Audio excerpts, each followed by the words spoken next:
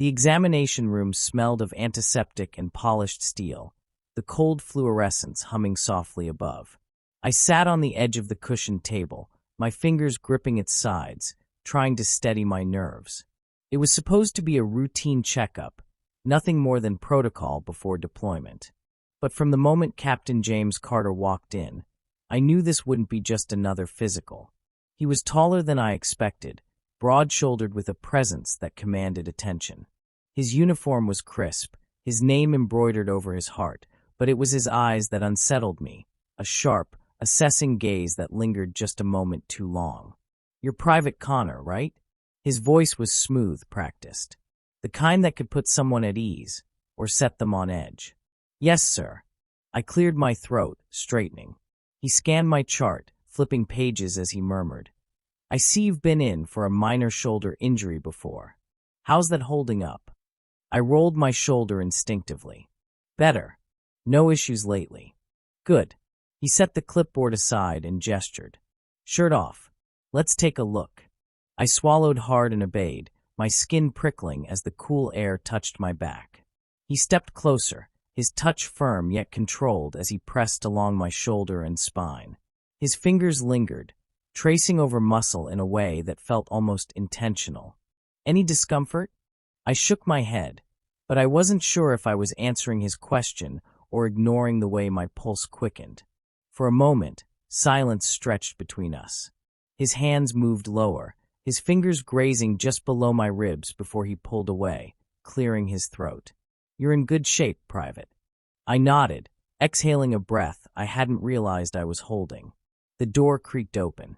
A second figure stepped in, Sergeant Daniel Reeves, the base's medic.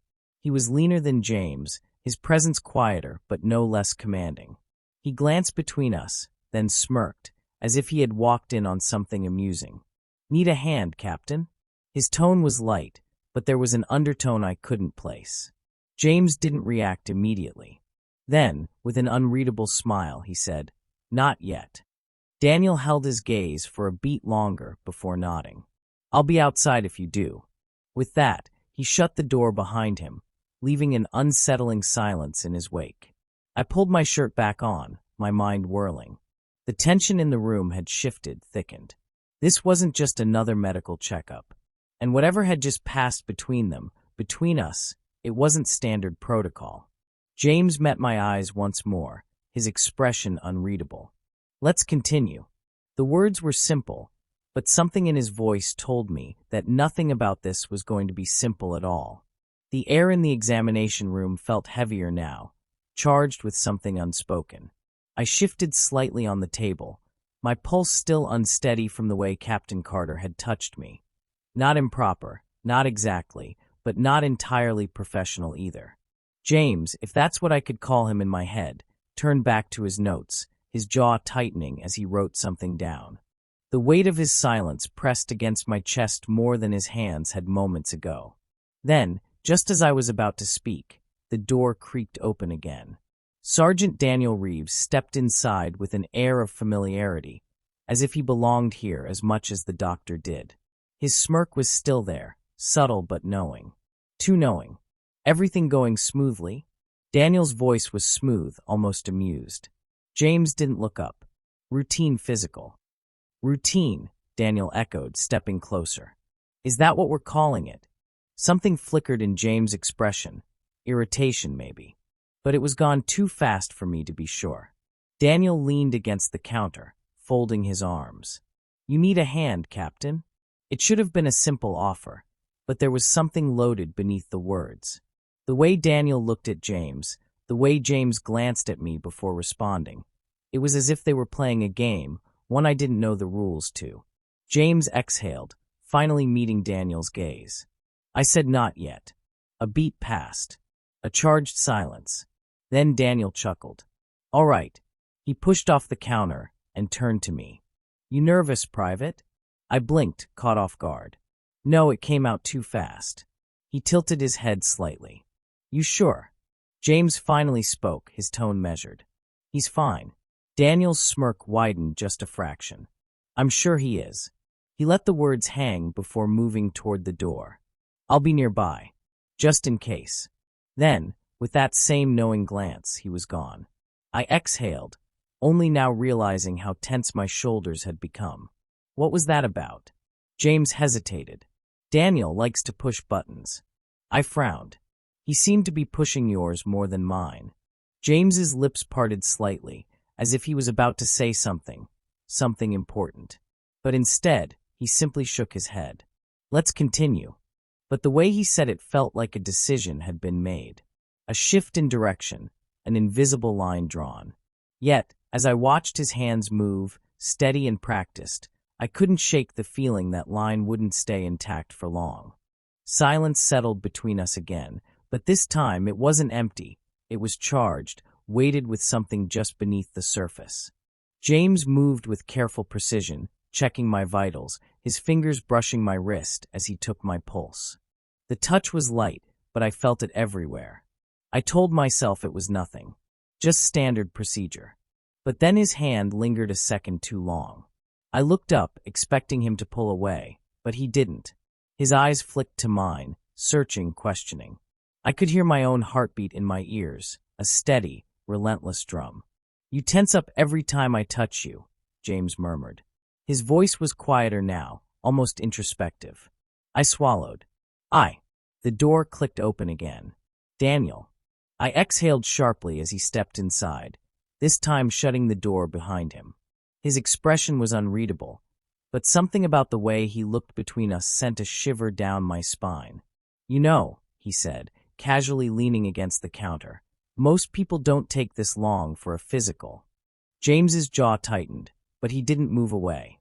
"Is there something you need, Sergeant?" Daniel tilted his head slightly. "Maybe. Maybe not." He turned to me, his gaze sharp. "How about you, Private? You need anything?" I hesitated, unsure of the right answer. My instinct told me this was a test, but I didn't know the rules. "I think we're about done here," James said, but there was something off in his voice, forced, restrained. Daniel smirked, as if he'd won something. "If you say so." But he didn't leave. Instead, he stepped closer, watching me, then James. "You didn't tell him, did you?" James tensed. I frowned. "Tell me what?" Another pause. A crack in the carefully controlled atmosphere.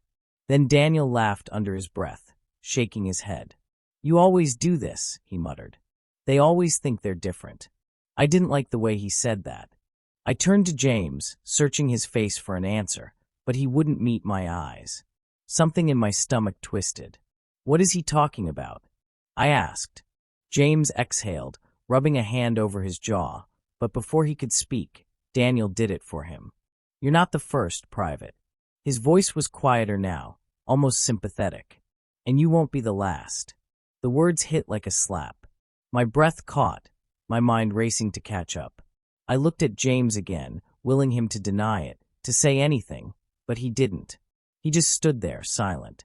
And that silence told me everything I needed to know. The room felt smaller now, the air thinner. My pulse, which had been quickened moments ago for an entirely different reason, now pounded in my ears for all the wrong ones.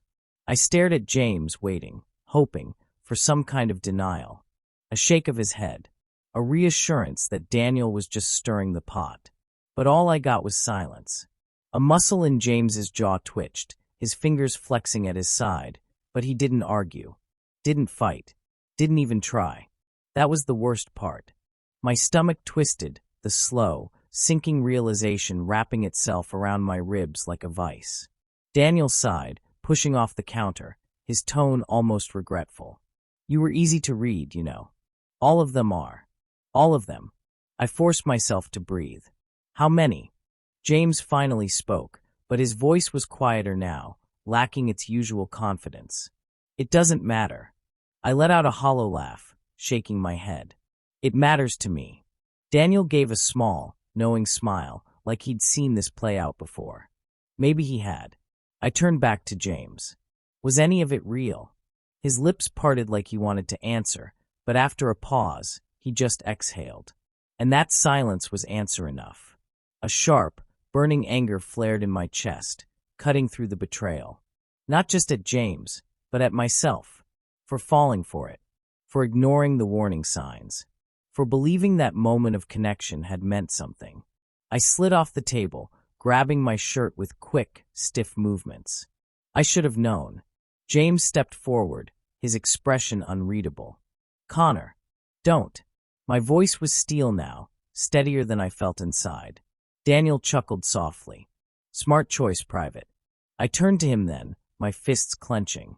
And you just let it happen. Daniel's smirk faded slightly, his expression unreadable. You think you're the first person to walk in here thinking it was more than it was? I shook my head. That doesn't make it right. He tilted his head. Maybe not, but it makes it predictable. Something inside me snapped. I turned, yanking the door open before they could say another word. Before I could let James's silence carve any deeper into me. As I stepped into the hallway, I heard Daniel's voice, low but clear. They always fall for it. A pause. Then James's voice, quieter. Yeah, they do. I didn't wait to hear more. I kept walking, my hands trembling, my chest tight. It hurt, more than it should have. But one thing was certain. It wouldn't happen again.